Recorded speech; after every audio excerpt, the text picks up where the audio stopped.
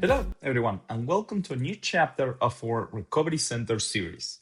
My name is Jordan Santorcieri. I am the founder of Vicxer, and today we're going to talk about the Cloud Connector. In this series of videos, we focus on real scenarios where access to critical information is lost and how you can recover it without disrupting your operations. Here's the situation. You had just joined a company as a new SAP Basis administrator. You have been asked to perform critical configurations on existing SAP Cloud Connectors.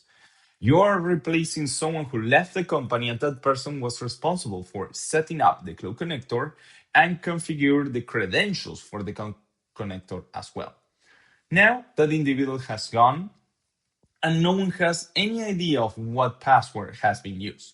What do? You rebuild everything from scratch.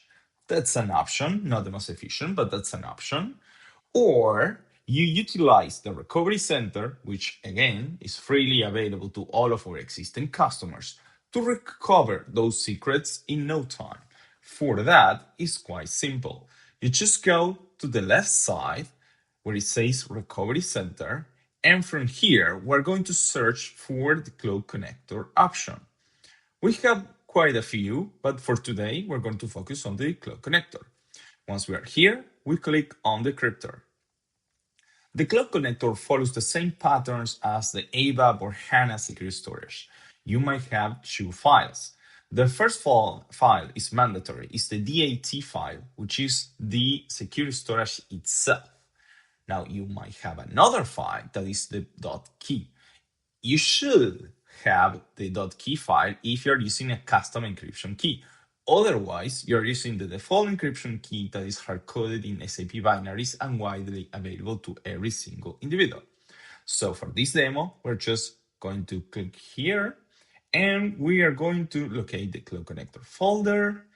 And on this scenario, we're just going to use the DAT file. Again, it is completely the same and transparent for our application if you have just a DAT file or a custom key as well.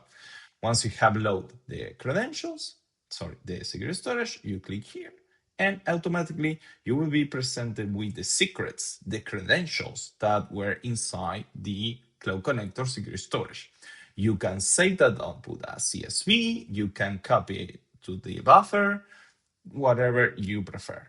And that's it, just that simple. You quickly have recovered the credentials for your Cloud Connector.